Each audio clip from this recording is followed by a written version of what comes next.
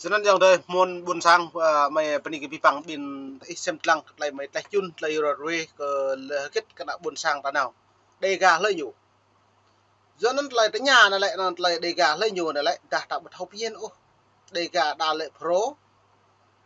đà lệ bình nuôi sò sát đà lệ nuôi lúng đáy như tùm ta lai này sắp đây ga lại ta cầm tóc răn kata pu chim nuôi đây ga hati bay lon la tập ngư ta suy thuần lại nó là rim mệt vài yang buồn sang ta lại độ ní cho được ngáo lệ từ vua kết như nó u vào đà lệ bình so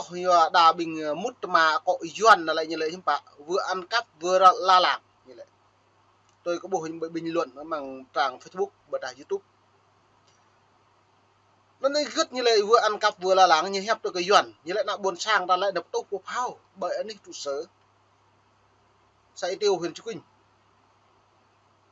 ta lời nó lại hiệp bạo tàu phao mong bạc cái việc nhưng mà thấu mong bạc cái việc là rằng mạ sang rằng chú nó nhỉ sao mà nhiều đồ hẹp tự duyên đó mà từ bình nào và mi đi nó u cao cái u cao càng một lại ngay càng tiền nào buồn sang tập một lại là vì bỏ duyên nó ta thích duyên suy lại duyên nó lại quyên nhà thích ta nhiều hợp đồng ta lại nhiều từ bọn còn từ bầy nhiều việc nó đấy sao mà thấu ra đây hiệp bạo nhiều tụ rồi càng tụ liền càng hóa dập tắt nuôi lần chặt tập người tao nhớ lệ tương lại phải hẹp ta như cần pre lệ như cái em lại nhủ cái bố này là buồn sang đầy cả ta này dập riêng dập này mẹ bộ quạt tây nguyên ta ta lại ta bổ qua này dọc là dọn số nhớ rồi này ở chỗ là dọn mà xoang là dọn mà các đây là cái chỗ là dọn mà chốt sum ao cái trap tôi dọn mà sum ao con ông mố bữa ta đội hiệu thì này là chốt kẹt cái dọn nhá nhại xoa nhị ao dài như nên lệ tương nhị ao hiếm bá ao cưỡi như nên kẹt cái dọn mong đun đã lâu đi tạo mà ui yuat đó luôn phong tục tập quan là yuat chấm ao chơi đây đấy lệ lại phải hẹp ta không yuat lại hẹp ta pu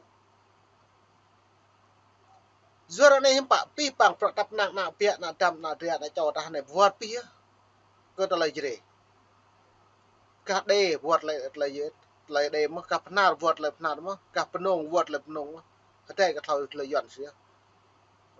giờ nên lại ngót cái dòng từ buồn sang đầy gà là hiếm bạ trong mình lấy được gì ta thao cran mở ta chỉ nuôi đầy gà ta thao cran mở nuôi chính ta lại ô phun bù lần nên nhớ mềm ta gọi là nhiệt lên này bảo về buồn sang đầy gà đặc biệt là thao nhiên bù cái lạ lên từng lũ ta đâu có bả rồi này về đây đôi xem đôi lằng nên lại tung lùng mềm ta là lại về lằng bẹ gọi là lại bù dòng thề lại pa mệt về khom đôn chỗ này chặt nhau đi màu tua lự nó ổn mạ mứng lời chu cái bồi á lần chu nấn lúc lúc sạp lần chu một lần u cầu bởi này với chân đi xi chẳng đã buồn sang đây cả lê trông pro tầm prem tin đăng ebo lấy lơ xa lần lâu thôn vào thôn ba lại ur chẳng đã buồn sang đây cả ta chấp một lần là tập po kiện tri tập po duyên anh nhớ lại đặt nó u cầu một vạ nên mày một lần mình ngót mà dòng tới buồn sang ta hiếm bại như của mình lệ từng một thao can ô cái nhiều po một thao po là gặp rõ đằng nhỉ hiếm bại rõ đây cả hiếm bại rõ buồn sang hiếm bại rõ lại đạo hiếm bại rõ hàng dọn căn thổ nên đây là mong bạc vẽ vừa mong ta po mà mong lại cả ba mệt vậy cho buồn sang ta bột nhiên ô ta bột lăng ô ta bột mỡ ô nên lệch là này buồn sang đi gà ta nên sẽ đón lời ta là nhiệt lên lại về xem lăng cật lại với ta video này đang hàng lại tiếp tục ít lăng bình tụ chặt nhau mình việc không tôi nó có mạng mang đáy LFA là nhiệt lên này rồi về tüm nặng buồn sang ta chẳng tüm miệt việcความtuần tao hẹp pre cái nặng buồn sang để tập người ta giờ dần cái gì ta chui lại này lại ít lăng video này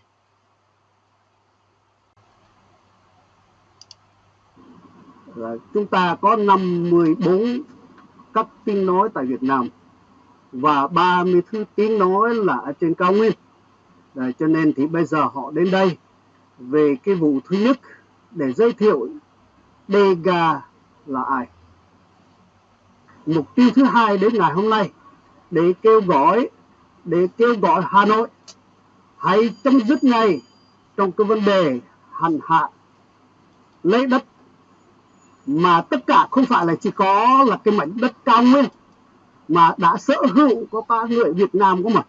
là tất cả mọi người ai có quyền có đất thì cái gọi là thâm quyền thì không tôn trọng cái ý của con người, cái ý của người dân, đến nỗi mà đánh đập giết hại, cho nên tất cả người dân tại Việt Nam không chịu đựng nữa, phải chết. Thì bây giờ để mà chúng ta tất cả tại Hoa Kỳ và tất cả các nước ngoài đã biết là người dân của Dega bản xứ là người dân sống cái sự tự do, và không muốn cái sự bóc lột theo chế độ của Hà Nội, của chế độ của ông Hồ Chí Minh,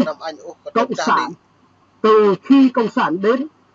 tại Việt Nam chúng ta thì người nước Việt Nam chúng ta không được yên ổn cho đến ngày bây giờ. Đó là lời kêu gọi của ông Ian Nia, một trong hơn 200 người trong cộng đồng người Dega sinh sống tại North Carolina, Hoa Kỳ, đang tham gia cuộc biểu tình trước tòa nhà Quốc hội Mỹ tại thủ đô Washington DC trong sáng ngày 10 tháng 7 năm 2023 để lên án việc chính quyền Việt Nam ngày càng đàn áp mạnh tay với cộng đồng người Thượng ở Tây Nguyên Việt Nam. Cuộc biểu tình diễn ra lúc 9 giờ sáng. Ban tổ chức và những người biểu tình đã hô vang khẩu hiệu: Cộng sản Việt Nam! Cộng sản Việt Nam! Hãy trả lại đất đai cho Dega! Hãy trả lại đất đai cho Dega! Hãy chấm dứt đàn áp người Dega! Hãy chấm dứt đàn áp người Dega! Theo kế hoạch, đoàn biểu tình tiếp tục di chuyển đến trước Đại sứ quán Việt Nam tại Hoa Kỳ.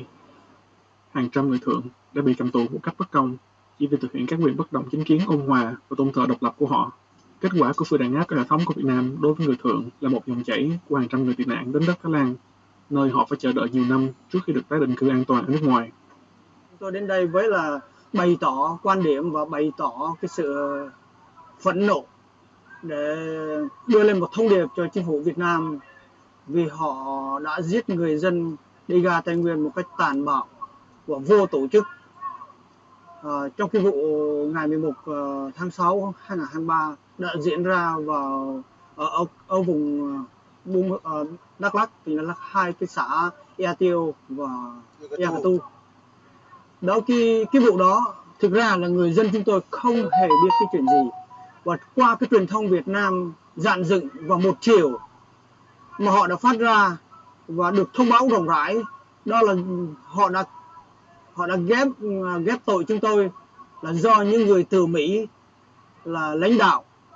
để mà tấn công vào cái hai địa bàn xã Ea Tiêu và Ea Tu. Nhưng chúng tôi phản đối cái việc đó, bởi vì người Dega tại Hoa Kỳ không hề làm cái việc đó, và chúng tôi không đủ cái nguồn lực và chúng tôi không có tiền bạc để mua súng đạn để mà thực hiện cái vụ đó. Đó là cái sự ghép tội của chính phủ Việt Nam, là một sự gọi là gán nhãn cho chúng tôi. Cho nên chúng tôi đến đây để bày tỏ cái lòng đó, để thông báo và gửi một thông điệp cho thế giới, chính phủ Mỹ và của Liên Hợp Quốc phải quan tâm đến những số phận của người đã bị chết trong cái thời gian vừa rồi. Trong thông cáo gửi cho truyền thông vào ngày 8 tháng 7, ông Ibion Lo, đại diện ban tổ chức viết: Chúng tôi yêu cầu các quốc gia thống nhất và các quốc gia dân chủ trên thế giới gây áp lực lên Việt Nam để họ tôn trọng nhân quyền của người dân bản địa người Thượng ở Việt Nam, cũng như tôn trọng tài sản và tự do thực hành tôn giáo của chúng tôi. Cũng tại cuộc biểu tình diễn ra trong ngày 10 tháng 7, ông Edwin Bundap khẳng định: We are human beings, human rights. We have right to live. We are human beings like you and me. It's not different. So why they hate us? That's why we here to standpoint to stop Vietnamese to kill our people, to give us the right, and they ask the international community to help our people, to put something pressure on the Vietnam government. Cho nên đây boleh kat lai mdah lai yedle tak boh rak ne boh tum lai kat lai yuan yang am nek le teng prai kana bun sang Dega da mong lau truh ne lu nek nga ria le teng nyo le kat lai tu phau yang cara mi nyu bakhin le yua te nyu nga boh hem klak kana bun sang Dega da yuan nan nyatu na rang ge met wa nan yuan pe anak bun sang Dega da ne le tức nước vừa bờ bu thong nga sam tan le kat phau hi tu phau pru ba le thong ya bok bada phao yu play ma bot chek ma nga ma non de ya tap nang play ya sang ya kyang chek lom chu sang yon lun yon mong ne pani bun sang khap i bo la klai mem ta là dịch lê là đoạn về lũ chân lan cật là dần nhậm nách cái đã buồn sang đi gà đã ta tập lòng nhiên một học lão nó mới độ này tai buồn bi lúc ta cật là mình ngốt đã buồn sang lại hụi được cái dần rung được cái dần bật lúc ta là ngạc bộ đi ngạc bộ này dưới nó này là xa lấy xứng đáng tài dần hẹp dần xứng đáng cái ta truy ngã từ tổ phào bây giờ ta càng màu mi ô du ta thằng nhá bây giờ màu prang ốp điệp phào ta tập lại cất ta ngã lại một bọc lại một thằng lúm ta mày cái này nhiệt lên em vậy buồn sang khắp lại ta này về cái tôm lồng yang buồn sang đi gà đã bốc lại thọc nhiên cất lại nhiệt lên này hàng lại doan ngã sạt ngậm nách ta buồn sang đi gà đã đi buồn sang khắp yên mầm nịt mông ta từ